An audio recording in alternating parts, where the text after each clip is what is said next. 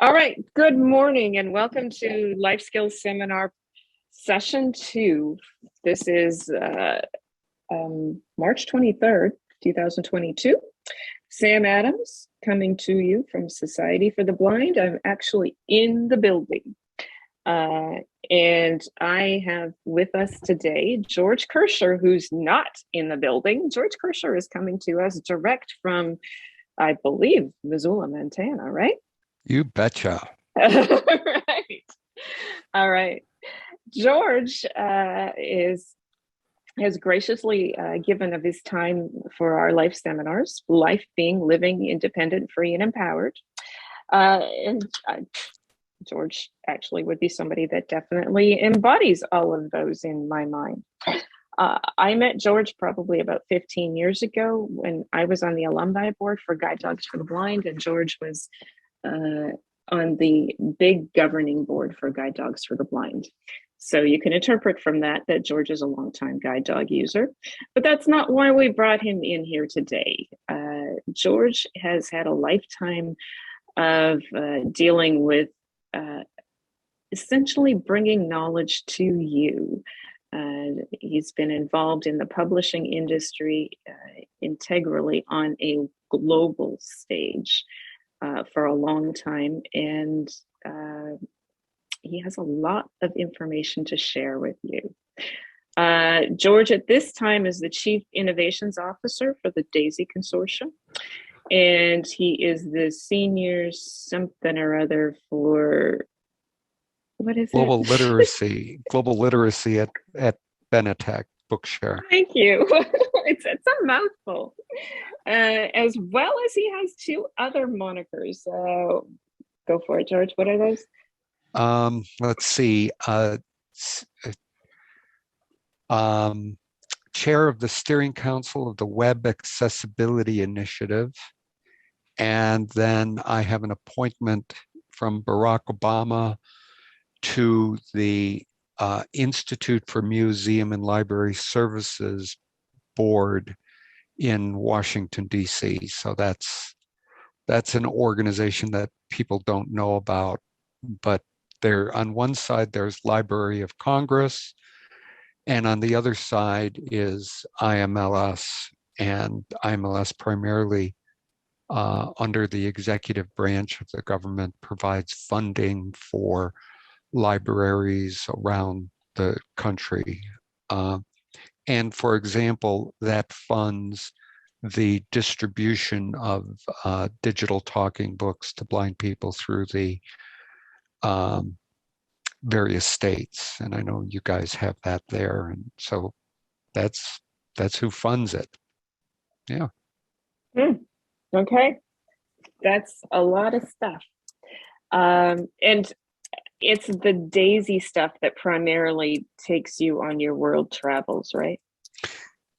The Digital Accessible Information Systems Consortium is made up of libraries around the world that provide services to people with disabilities. So Library of Congress here in the US, Benetech and Bookshare, National Federation of the Blind are all full members of DAISY, and then we have full members in the UK, Royal National Institute for Blind People, and then Switzerland and Norway and Finland and Sweden and Denmark and Japan and Korea and, all over the world, France. And these are all full members, and we get together.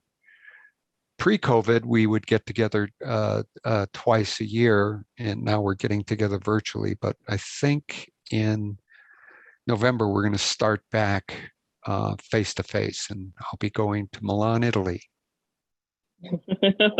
Nice work if you can get it. Okay. Wow. All right. So you have been involved in the publishing industry since, well, on a personal level, it got started in the 80s. Yeah. You almost became your own one-man show for that. Well, like I say, I like to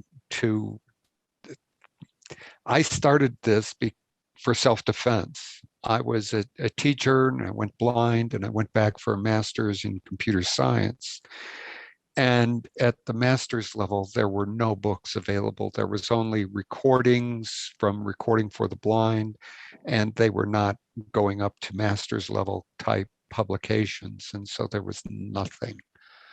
And OCR was just getting going at that time and was very, very expensive.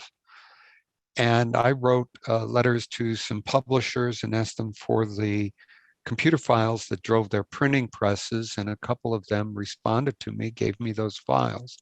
And then I wrote software that converted those files to the first digital books. And I'm sitting there in front of my computer that was talking to me in 1987, 88. And I had this digital book and the computer was reading it to me. And I said, oh my God, this is so great. And I started a company and called it Computerized Books for the Blind and started getting files from many different publishers and converting it and started a business. And that merged with Recording for the Blind and became their e-text service.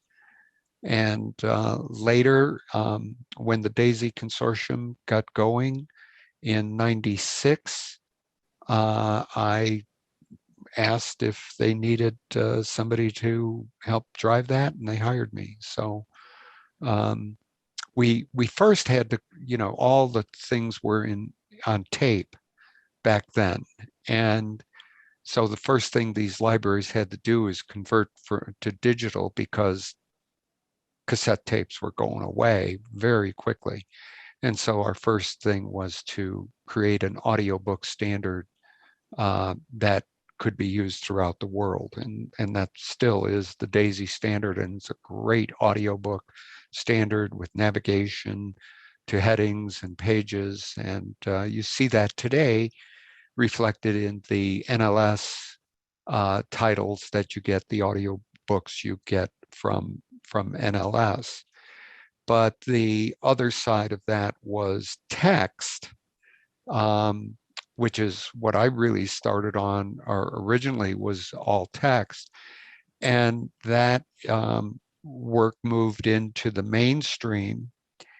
And in 2000, standards started to evolve for what is today digital books from a whole range of companies like Apple, Amazon Kindle, Google Play Books, Vital Source, and RedShelf, two big companies in higher education space.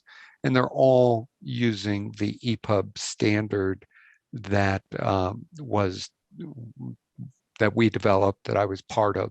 And what was cool about the Epub standard is that it was a mainstream initiative, but we had blind people in the room. We had myself and Yanina Saika, and many others. There would be out of 200 people in a meeting, in a conference, maybe 4 or 5 that were blind and vocal. And so our needs couldn't be ignored. And so these standards evolved, being fully accessible. So go back to the standards. Why are standards so important? What kind of mess could you get into without having that standard? So the publishers, many companies try to corner the market with their own format. And Kindle did this originally, where they wanted to have their own format. And that worked for a while, but the publishers want to sell their books into every single distribution market. And they don't want to make a different book for each outlet. So they were very big on developing the standards. And the companies that were distributing materials want they want to get the same thing from the publishers, from all the publishers, that they can display on their devices and sell in their bookstores. When Daisy was developing the standard for audiobooks, we wanted to make sure that the vendors like Humanware and Plex Store and Hymns and all the different companies making players for these audiobooks, they'd work interchangeably. And this would give these companies a worldwide market, which would drive down the price of the devices and allow for the exchange. And personally, I think that once we had a digital standard where you could move files across national boundaries, that this really did trigger the initiative around the Marrakesh Treaty, which is now in place and allows for the cross-border exchange of information. I know college students in Canada were just suffering for so many years because they couldn't get the recorded books or their materials from the United States because it was a breach of copyright. But that problem has gone away. Yay. When did the Marrakesh Treaty come into place? Oh boy, let's see. About 6 years ago, 6 or 7 years ago, it was passed. And then 20 countries had to ratify it and implement it in their country. So in the United States, we had a change to the copyright law about 2 years ago that allowed Congress to ratify the treaty. And now we in the United States can move titles to other countries. And we're seeing titles from other countries coming into the United States. So if you're a foreign language person, you can now get materials that are in other languages, from France or Spain or wherever. So back up a little bit. So when you started your master's program in the 80s and there were no materials available, had you not had the gumption to contact the publishers and go forward and then had the knowledge to make something out of the content they gave you, what was your alternative? I had readers that social rehabilitation services paid for. And that was so slow. You could hear the frustration. And painful. Very painful. And you're here, you're trying to compete with other students and you're trying to take a full course load. I never did take a full course load. I would take 10, 12 credits. I never got up to 15, 18. And it was painful. The OCR was created back then. But that machine in 1988 cost $12,800. Now it's free. You can, JAWS with OCR, it's in the context menu and you can OCR documents. I've got my $300 printer scanner combination can scan materials and I can OCR it. But still, even today, the OCR is full of mistakes. When you're working from publisher files, it's good, it's clean. You've got all kinds of functionality in the reading systems and in the files. Sam? Yes? If anybody is interested, in my office, right here in front of me to my left, I have a Reading Edge a Kurzweil reader. It's big, it's bulky. It's what they considered mobile back then. So how old is this one? This one, I think, is from 1991, I think. So that's probably the vintage of what we were seeing back then. Yeah. It had deck talk speech built into it. Yes. Yes. Still works. Yeah, that's great. If anybody wants a demonstration on original OCR, this is also how I scanned my textbooks when I went to Cal. And let me tell you, it was painful. It was like decoding. Well, I think that's what it says. Right. Wow. And page layout is complicated. You've got headings, you've got sidebars, you've got footnotes, you've got tables, and the human eye can take in that whole page and allows you to very quickly look at the things you want to. But blind and low vision people need to be able to navigate the page, be able to move from heading to heading. They need to be able to go to that sidebar, that landmark. And when you get into a table, use your table reading keys like Alt, Control, left and right arrow up and down to move intelligently in the table and read efficiently.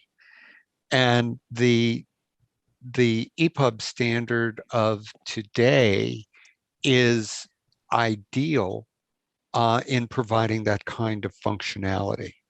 So it has all of those features, the correct reading order. When you OCR something, or if you're using a PDF, many times something that's sitting in the margin gets mushed into the paragraph next to it and it becomes gibberish. Or two columns become one column and you get totally whacked out. You don't have any of those problems with an EPUB title. And there's another feature called reflow that's just great. So for those of you who have good usable vision and you want to increase the size of the font and change the foreground and background color to what works for you, all of those things are available in the Epub standard. And so when you make a font larger, then the end of the line wraps around to the beginning. So the whole screen is being utilized and you don't have to move back and forth, left and right, to read the whole thing. It just reflows to fit onto your screen. And that's all thanks to the standard, because before that, that wouldn't have been an option. Well, PDF it's still a standard, and it's a good standard for what it's intended to do. And that came out in the mid-90s when the problem was that each word processor and each printer had different settings, and you could take a word processing file and print it on your own printer and it would look great. And then you give that file to somebody else and they don't have the same fonts installed on their printer and it doesn't work properly and formatting is all screwed up. PDF solved that problem by combining the fonts and colors and the line length and the position all into one file so that you can confidently print high resolution pages on any printer. However, because the colors are fixed, the lines are fixed, the font is fixed, you don't have that personalization capability that people need who are using the title, the content on a phone or a tablet or a computer. It just is not intended for that purpose. And still people many publishers, not all publishers, are using EPUB. Some publishers are still distributing PDF, and you will be faced with having to read PDF in the real world. And one thing I can say to any student is, you're going to have to deal. You got to deal with what people are giving you. It would be wonderful if we could get the perfect format for our uses, but people are going to give you PDF. They're going to give you Word documents. Word documents are pretty darn good.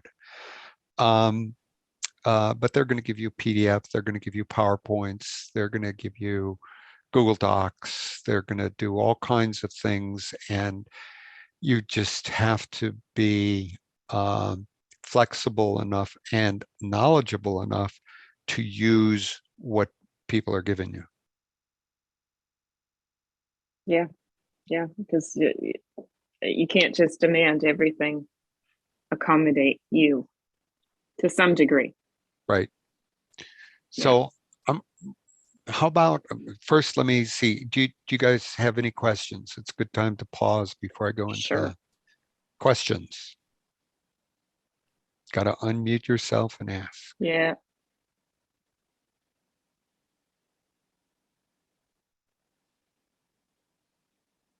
Okay. Wow. Quiet group today. Yeah. Okay. All right. Keep those brains whirling. So next, I want to talk about the content and the tool you use to read it. So the Epub standard is a file format. It's made up of HTML and CSS styles and pictures, JPEG pictures. There's a navigation file in there. And all of these are zipped up into a single file. The file has to be opened in a reading system of some sort. So the publishers that make these, and you can make these yourself from Microsoft Word using an add-in called Word to Epub. It's freely available. And they distribute to various companies. So the companies that you would be probably most familiar with in higher ed, there's VitalSource and Red Shelf. And your school may have a contract with one of these companies to provide books, or you can get your books from these companies. They're commercial, and they both provide reading systems. They protect the content, so you can't use them outside of their platform, but they are really accessible. They've done a really fine job in making the reading experience work for people with disabilities, all disabilities. And we do a lot of testing of both those systems. Apple Books also uses Epub, Google Play as well, and there are many, many others.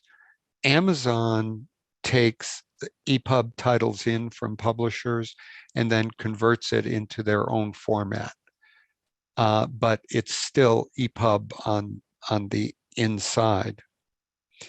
And so I want to tell you about one for Windows that I really like. It's called Thorium, Thorium, just like the element from the periodic table of elements. And it's available in the Microsoft Bookstore It's also available for Mac and Linux, freely available, and it really does a great job.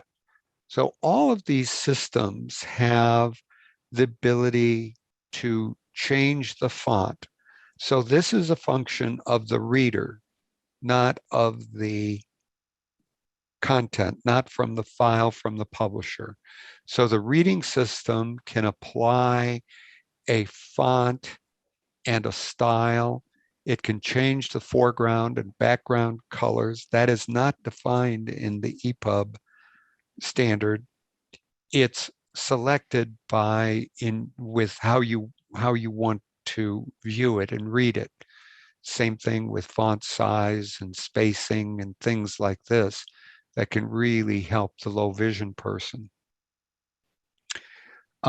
There's also the read aloud function in these reading systems, which uses text-to-speech capabilities on all platforms and essentially just sends the text to the TTS engine and it is spoken. And then most of these systems will highlight the text as it's being spoken. And this is terrific for students with dyslexia and learning disabilities because they benefit from all of these features that were really developed for people who are blind, and they all benefit from this accessibility features. And mainstream people like this too, because they could be driving in their car, hit read aloud, and they're listening to this book. Even though it's not an audio book with human narration, it is being presented in that same through audio. So Okay, yeah. I've got questions. Great. Okay, you just dropped a little tidbit in there about the add-in for Word to EPUB. Yes. So that would take a Word document and allow you to put it in an EPUB format? 2 clicks. Oh my goodness. Okay. All right. My next question was So before we go further, you know Deborah Kendrick. She's got these books that she's put out from that are available from National Braille Press, and you can get them in Word. And I just download those in Word, and then go to Word to EPUB on the toolbar and press enter, press one more enter, and then I've got an EPUB of that book, which the Word reading experience is good. It's really good. Microsoft done a really good job, but this is so much better because you've got the table of contents. You can go to pages. You can change your font if you want to. I don't because I'm blind, but if you would change your font, then all the pagination would get screwed up in Word. And with EPUB, you change your font size, it doesn't mess up the pagination. You can still go to the same page as in the original print version of the title. So most of the time when I get a Word document, especially if it's bigger, I will put it into EPUB and read it that way. And it's my default reader on Windows. I've set it up to be my default. Okay. Okay, then, forgive me because I mix up the names of those two platforms for college, primarily for college material. The Red Shelf. Red Shelf and Vital Source. Now, you said that the content cannot be, I don't know. Can you copy and paste? Yes, you can copy and paste out of their materials, but you couldn't copy the whole book. They're worried about piracy imagine that students might want to. Then my other question, so I was working with a student the other day. I can't even remember the scenario right now, but whatever it was, it might have been Google Docs. The JAWS find command wouldn't work. Am I mixing things up here? Like in that content, would the Google find command work? Well, it works in Epub, and the JAWS find would work in Epub. Yes. Okay. Yeah. And same with NVDA. Okay. With Google Docs has a save as Epub. You could do that. We worked with Google to get that put in. It's okay, but it's not nearly as good as the Word add-in. So what I do is, Alt-Shift-F, and then download as Word, and then boom, it's on my computer, and I just turn it into an Epub.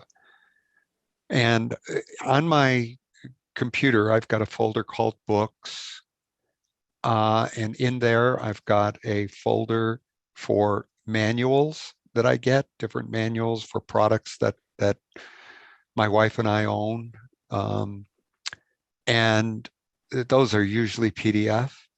And then I've got a folder for books that I get from National Library Service for the Blind and print disabled. I've got a folder for the books I get from Bookshare. And then I've got a folder for everything else. And so I manage my reading through just simple File Explorer and folders, and I put the books, a place for everything and everything in its place. So that's how I do it. And okay, I have a question too. This is Linda. Go. Yeah. If you have something in a Google Docs and you convert it in your computer to the EPUB, and then you want to make a change, can you then resave it in that Google Docs with the changes? If you're depends if you're working collaboratively with other people. If you're working collaboratively, then you want to do it in the Google Doc itself. Okay. Because then once you save it outside of the Google Doc system, you're no longer collaboratively editing. Okay, that's what I thought. Okay. But if you're starting from there and then you're going to make changes, then you're fine to do that. Thank you. Okay, so the different formats that you're likely to encounter are that people are going to give you are Word, which is normally pretty darn accessible, PDF, which will come as two types, either image PDF or text PDF. If it's an image PDF, it's really just somebody's taken a picture of it and there's no real text there. And happily, JAWS and NVDA have the ability to do OCR on that and convert that into something, but it's going to be messy. You're going to see errors. And then PDF that are text-based, you can read on it, and the browsers, Chrome, Edge, and Firefox, and Adobe Reader will read those. And your success is going to depend whether it's tagged or not. And usually a tagged PDF is pretty good. You normally are able to read it in the proper reading order. You won't get any math out of it. EPUB supports math very well. But you won't get math out of PDF, and it just depends how well that was tagged. You'll also get DAISY from different places. Library of Congress. I imagine most of you have accounts with Library of Congress. And you either get your books from them, and they also have Braille, and you get your books and magazines from them either on a cartridge that they mail from you to you from Sacramento, or you go to their website and download it and put it on a USB stick and read it on their free device that they make available to you. So that's great service. They're mostly leisure reading, and their magazines are really good. And then the other source is Bookshare. And Bookshare is also available to you free, either through being a student, and Bookshare has a grant from Office of Special Educations, and so they can provide free memberships to Bookshare to students. And if you're not a student, then the state library in Sacramento can set you up with a free Bookshare membership. And Bookshare is primarily a collection of text-based materials. It started out way back when with blind people scanning books, like with that 1990s vintage Edge scanner in over there, Yeah. and giving them to Bookshare to share. And but today, Bookshare is working directly with publishers. Publishers are being very cooperative and giving them the EPUB files that that they add to their collection. And as a result, thousands of titles are being added each month, and the collection is over 1 million titles today. So if you go to bookshare.org and log in, you can do a search for what you're looking for, and then download the book in a variety of formats. So you could read, it's got a button that says read now, and that's their online reader reading in a browser. You can download as EPUB and read it with Thorium. You could download it as Word and read it in your word processor. You could download it with Daisy and put it on that NLS player and read it. And you could download it as BRF if you're a Braille reader and have a refreshable Braille display. You could read it in that way. So those are all the formats that Bookshare has that they distribute. And they do a transformation to the different formats from the EPUB that is their master file format. And so they'll convert it for you into any of those formats you want. And when you download it, it's got your name and your fingerprints on it, information about you. And that is a deterrent from you sharing that with other people. And that's illegal for you to share it. It's being provided under a copyright exception. And it's not protected the way these other companies' files are with encryption. It's protected with just some watermarking and fingerprinting. So you could use it and move it and copy it to any device you want. So I'm going to pause there. Yeah. Wait for questions. So unmute. I have a question. This is Linda again. Okay. If you use EPUB for instance, a form that's in PDF form, is it able to be done as a fillable form? No. EPUB does not support forms or saving. Okay. So with a PDF, when you're doing a form, you have to resave it so it saves the stuff you put in the form. And Okay. EPUB does not do that, sadly. People would love to Okay. see it, but not in this version of the standard. Really is There's other ones to use that for. yeah, it's, the only one that I've been able to fill out PDF forms with is the Adobe Reader, and Yeah. it's painful. Hmm. So I've been successful with it, but I found one on iOS that is called Fillable, and it was relatively easy. Took a little bit of a learning curve. oh, good. Okay, I never heard of that one. Any other Yeah. questions? So one of the things that I do, whenever I start to learn about something, I want to get a book that can help me. So I was having to learn for work how to use something called GitHub, and it's used widely today for collaboration on documents, and I didn't know how to use it.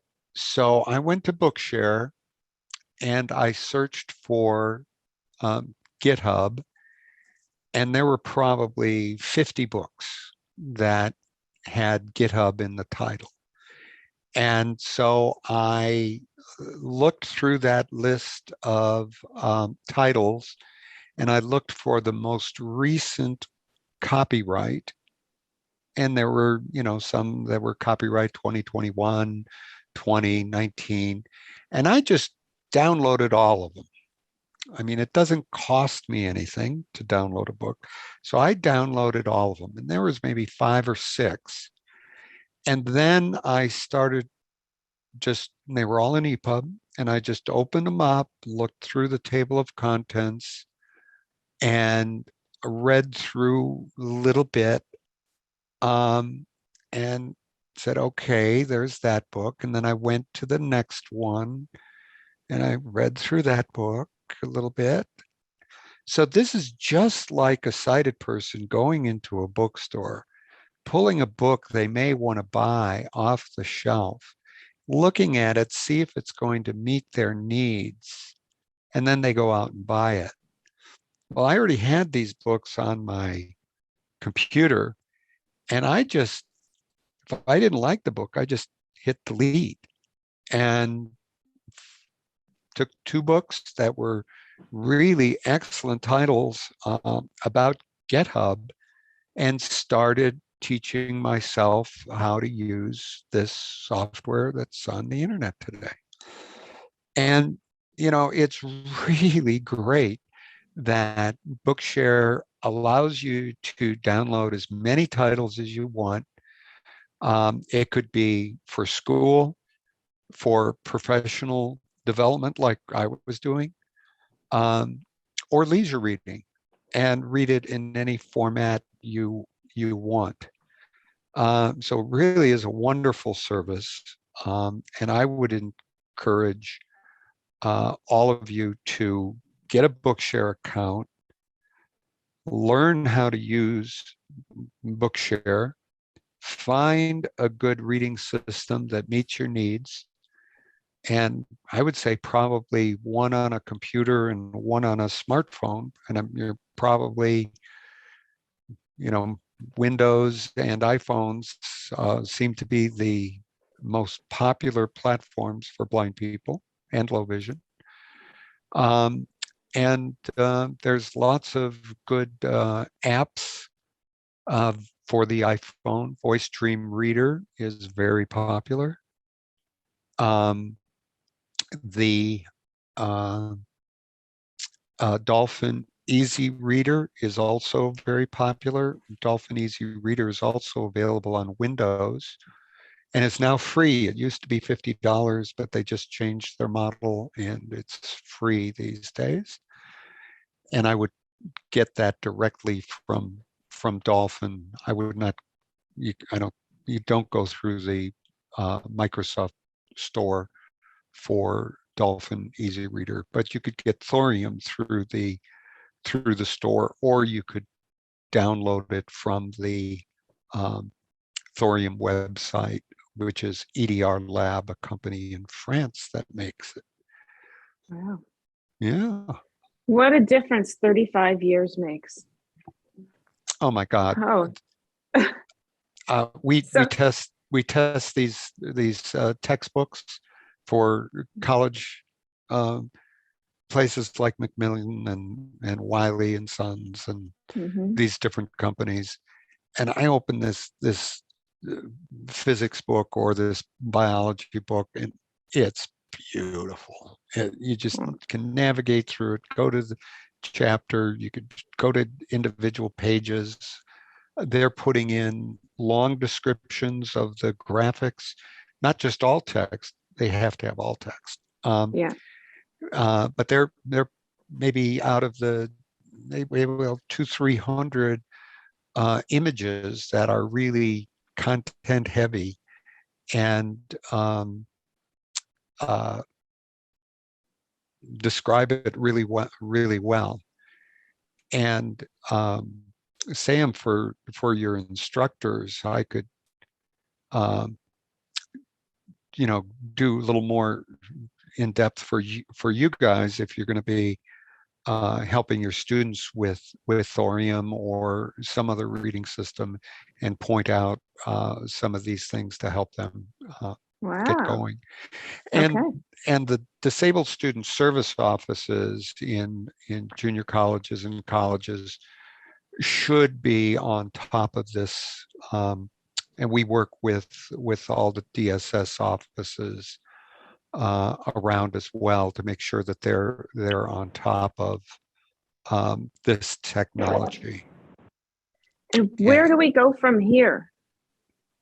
Where does your work go from here? What do you want to see change or get better? Math has got to get a little better. We're Okay. really close. There's a new tool that's going to come out in the next couple of months called Math Cat, CAT, Mhm. for NVDA and for other reading systems. You want to go first, or you want me to go? Oops. Not Hang muted. on. Not Oh, muted. dude, oh, sorry. And Okay. so math writing in Microsoft Word is getting better, and then the reading of math is getting better. And I'm using the alpha of MathCat, and it's a real improvement. We're adding chemistry to MathML so that you could read chemistry things as well. Mm-hmm. We don't want to, the whole area of science, technology, engineering, and math, the STEM fields, Mm-hmm. are available to students. And and so I think that there's opportunities there. I'm interested in seeing what might happen with smart speakers. And if anybody here is over the age of 55 and wants to be involved with a pilot with Bookshare of having smart speakers like the Alexa read to them, talk to Sam, and she can point you in the right direction for getting into that beta program. And I think they're providing free echoes, Alexa echoes, to people and for testing. So that's available. But there's other things like virtual reality and augmented reality. And I think that could be very interesting addition to especially audiobooks, where your background noise is putting you in the setting where you are. If the scene in the book is walking along a shore and you hear the waves in the background, you can still hear the conversation. I think that kind of thing is interesting. And we could take it further beyond just sounds. So, and refreshable braille, of course, you've heard about. I don't know if you've seen any of the new multi-line refreshable braille displays. The capabilities of doing tactile graphics on these devices are very interesting. All of that is work that's moving forward. Tactile graphics, meaning there would be a picture that you could feel that's raised? Yep. Or like a chart? Yep. And you could, OMG. So you've got tactile graphics already. But the problem with tactile graphics, if you've got a braille tactile graphic, you can feel it, but you can't make heads or tails out of it. It's hard to understand what this is trying to show you. And so you need a tour of it. You need an audio recording that says start in the upper left-hand corner and here's what you're feeling. There was a Chuck and Judy Timberland had an NSF project that I saw, and they were showing me the work that they did. And they started out with this embossed thing, and I opened it up, and they started playing the recording, and they said, okay, I want you to feel this, and I'm feeling, and they said it's an ice cream cone. Oh, yeah, okay, clear. This is the round part on top and the pointy cone. And they turned the page and said, this is a pizza. And find the pepperoni. Okay, yeah, there's a little circle there. That's a pepperoni. Find a mushroom. Oh, yeah, that's the shape of a mushroom. Yeah, got that. And you're feeling around the pizza and turn the page and they go, this is the human brain. And it was a tactile of the brain, and you started in the frontal lobe and you could feel all the curves, and they named all of them. And what they did was produce the whole human body. They did a set on the skeleton, so you could feel the whole skeleton, and described it. And, this is the humerus, this is the renus, this is the ulna, all the different bones. And they did that with the nervous system, with the organs. There were six the digestive system, the circulatory system. There were 6 different titles that they did. But this was a long time ago. And all of this needs to be converted into 3D models that could be printed anywhere. So that's work that I see coming in the future that is really interesting. And then also bringing this not only to wealthy countries like the United States, but to the developing world, where far more people with disabilities live than in the industrialized world. So I look forward over the next couple of years to be doing much more work in India and Africa and other places around the world. And we've already been working there. We have a can't talk about it yet, but a grant from Microsoft that's going to help us with that. So keep that under your hat. We'll be announcing that in about 2 months, but that'll be really good.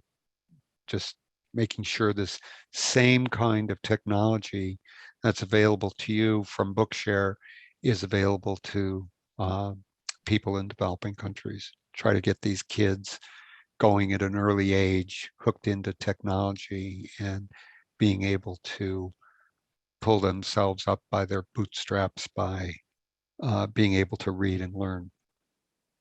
I have a question. This is Linda. Yes. When you're doing 3D, are you doing like 3D printing, or are you doing like for the human body type things like that? I think it was German that had the rubber parts that you could actually look at and see and feel.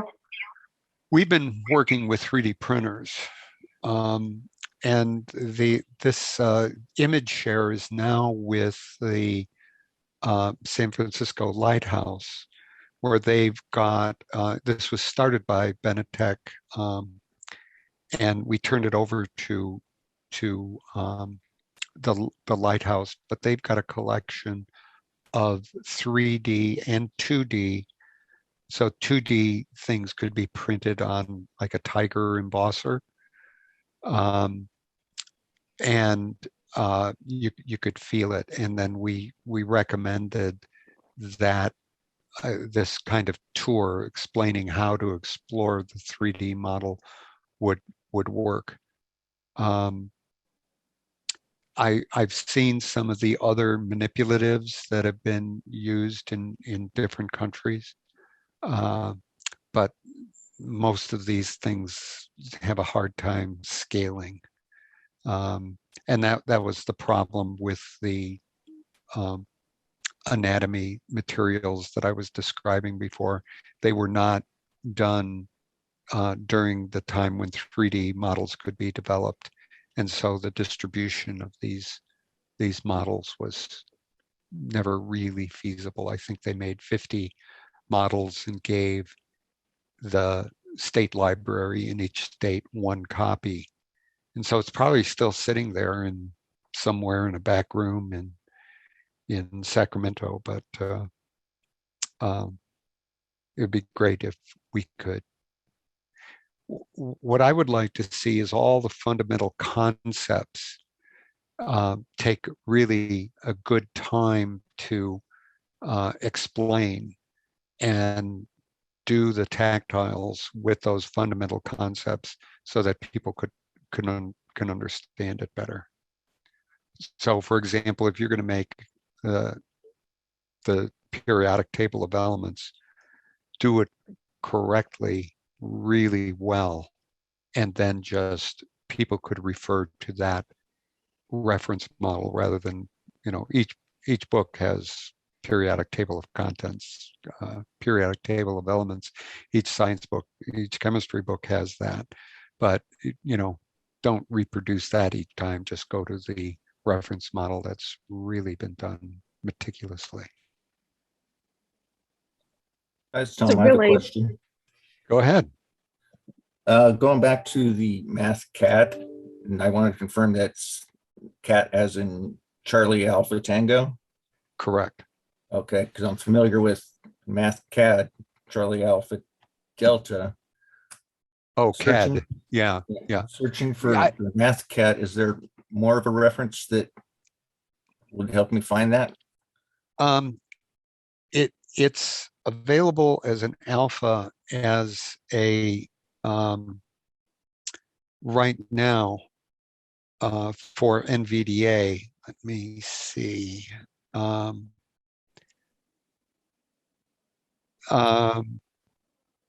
What would be the best way for me to send you information about it? Send it to me and I'll send it to Tom. Okay. Tom's my student. Yeah. Okay. And are you an NVDA user? He's not. He doesn't even know what it is, but he will. I'll let him know. He's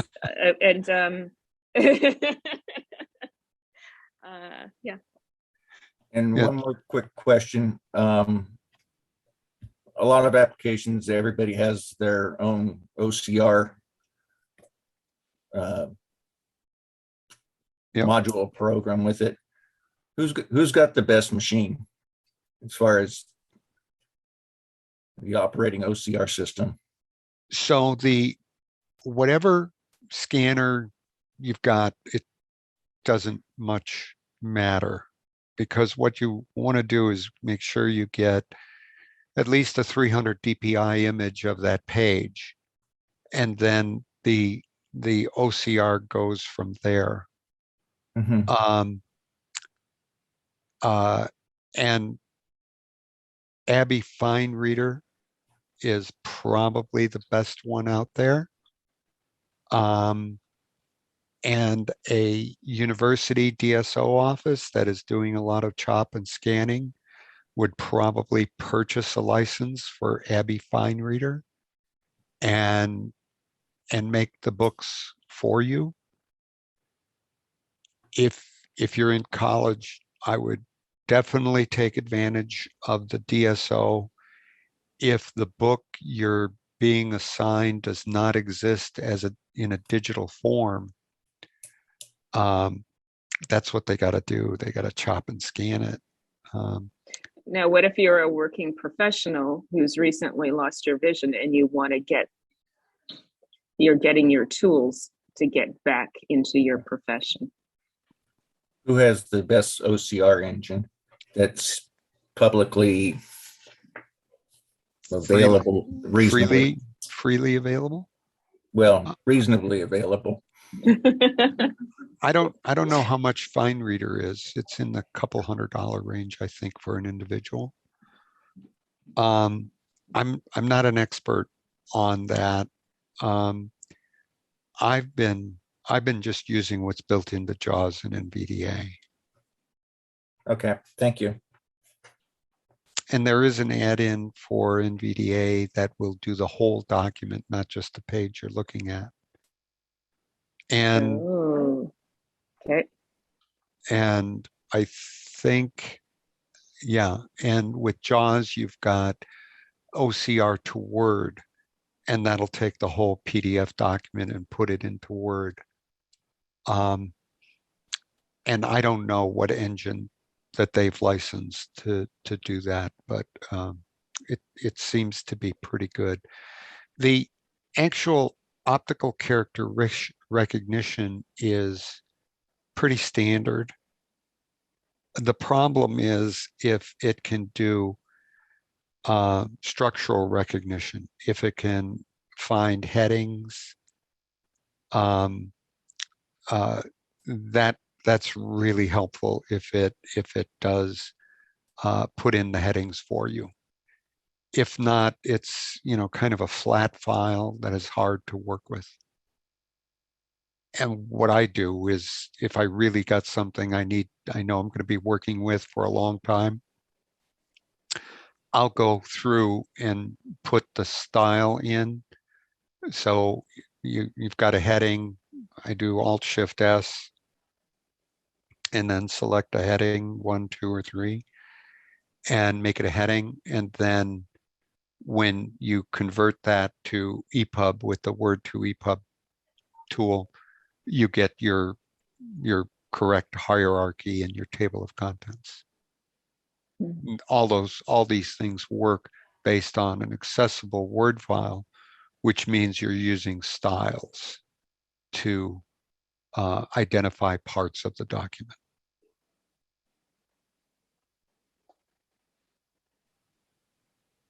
Other questions?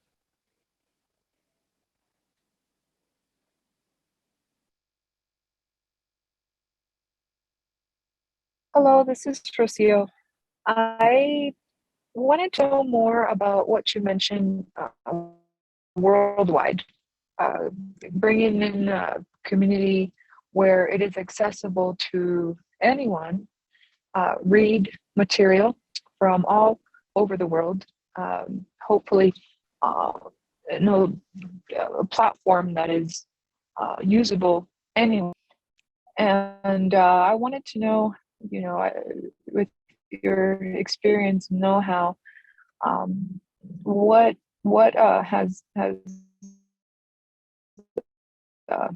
have you come across with that, and then obstacles, and most importantly, if it's even possible to do such a thing. Let me repeat the question. You were dropping out a little bit there. You would like to know what's going on in other countries. How are they doing things? and how that content is shared across national boundaries. Is that about right?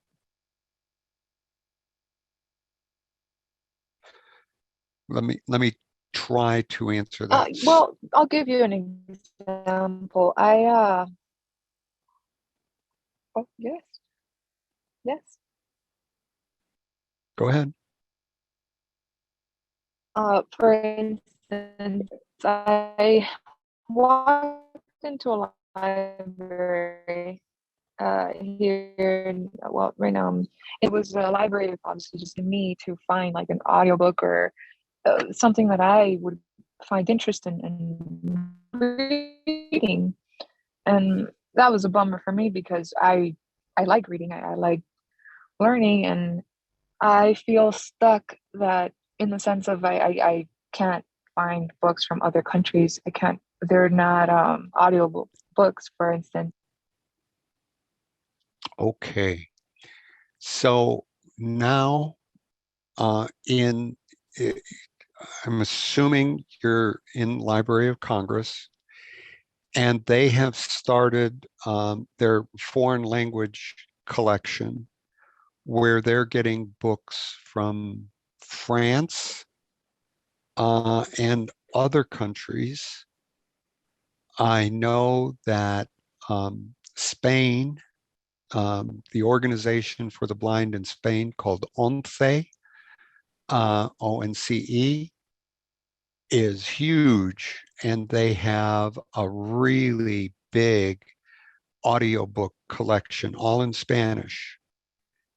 And they're soon to make that available worldwide and through the Library of Congress. There's a group called the Accessible Books Consortium, which is run out of Geneva, Switzerland, and they're helping the different libraries to upload their books to a central repository, and then those books can be obtained by people in other countries.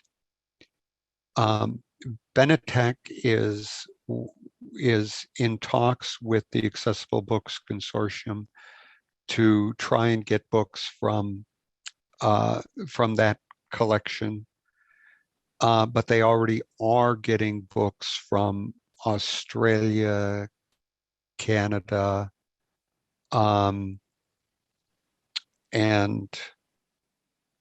Argentina. So this is going to become bigger and bigger and bigger, with titles being shared across boundaries that are freely available. Yeah. Wow. Wow. So really, we've come a long way to making the reading experience equal and balanced as between the fully sighted consumer and the rest of us. Yeah, it's amazing how much progress has been made. I'm amazed that it's taken this long, but yeah, it really has turned around since the publishers have gotten on board. And I know what I need to tell you is there's a law that was passed in Europe, the EU Accessibility Act, and it started to come into effect in 2022. 2021, in June 2021, and it has to be fully implemented by 2025, where all digital content sold must be accessible to blind people. Otherwise, you can't sell it. So the publishers, and all of these publishers are selling internationally, are saying, okay, if I want to sell my books, they have to be accessible.